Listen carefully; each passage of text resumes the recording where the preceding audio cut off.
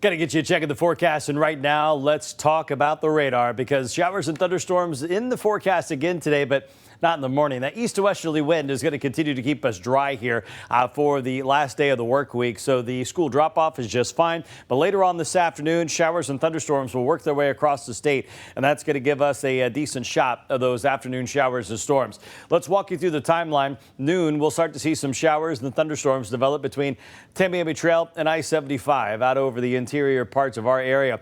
And then later on this afternoon, they'll start to develop around 2 o'clock. Now, the last 2 days, our thunderstorms have peaked between 2 and 4. I'm going to back that time up a little bit and go 4 to 6 today. So a little more similar to what we saw Monday and Tuesday. But most of the heavy stuff should be out of here around 7 or 8. So for those of you who are wanting some late dinner plans, we should be dry. But you can really see the end of the peak of those thunderstorms around 6. And as they start to wind down, most of us will be dry there near sunset and then definitely overnight as we set the stage for a wet Labor Day weekend. Yesterday, officially less than a half inch at both rain gauges at Page Field and at the Naples Airport. And that rain cooled us off in the mid-70s, not too far off our average of 75, but we are a couple degrees cooler than where we were 24 hours ago out around the lake. That wind is going to continue 10 to 15 miles per hour today, and as it gusts here, it's going to drive the thunderstorms right back along our coastline as the pattern has not changed all week long. Matter of fact, as we head throughout the Labor Day weekend, we're looking at dry mornings once again with showers and thunderstorms there in the afternoon. As tropical moisture begins to surge right back into the southern half of the state, by Tuesday, our rain chance is going to be as high as 80%.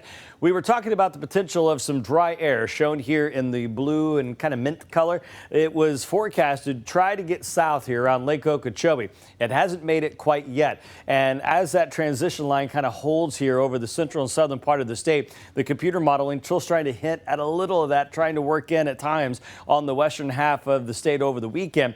But bottom line is, I'll believe it when I see it because we're just locked into this tropical moisture. And especially next week, it comes surging back in from the south. That's what's going to lead to the high rain chances. Usually around Labor Day weekend, tropics are pretty active. Well, we got 2 areas the National Hurricane Center is monitoring. The one in orange, that's up to 50%, down from 10 earlier this week. And as it moves there towards the Windward Islands, we will keep an eye on it. Right now, though, you're looking at environmental conditions getting a little more favorable later on in the forecast period there, about 5 to 7 days out. Another one coming off the coast of Africa, pretty robust tropical wave, but a long, long ways out and only a 10% chance of developing. The forecast is a wet one, and particularly in the afternoon hours. We'll keep our temperatures at or around our average of 91 all the way through next Thursday.